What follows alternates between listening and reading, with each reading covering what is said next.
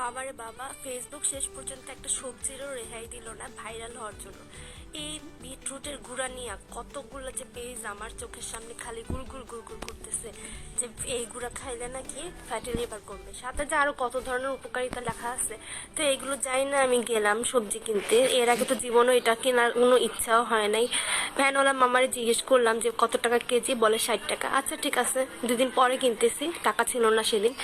তারপর 2 দিন পরে যায় কি হয়েছে জানেন, 100 টাকা কেজি হয়েছে। মানে ভাইরাল হওয়ার পর যেটা হয়, তো সবজিওয়ালা মামাকে জিজ্ঞেস করলাম কাহিনী কি বলেন তো, সপ্তাহখানেকের মধ্যে 2-3 বার দাম বাড়তেছে, এই সবজি কি মানুষ এত পছন্দ করে? বলে আরে বুঝলাম না, আগে তো কেউ এটা খাইতো না, আনতাম পচে যেত, আর এখন কি জানি হয়েছে সবাই খালি বিটরুট খেতে চায়।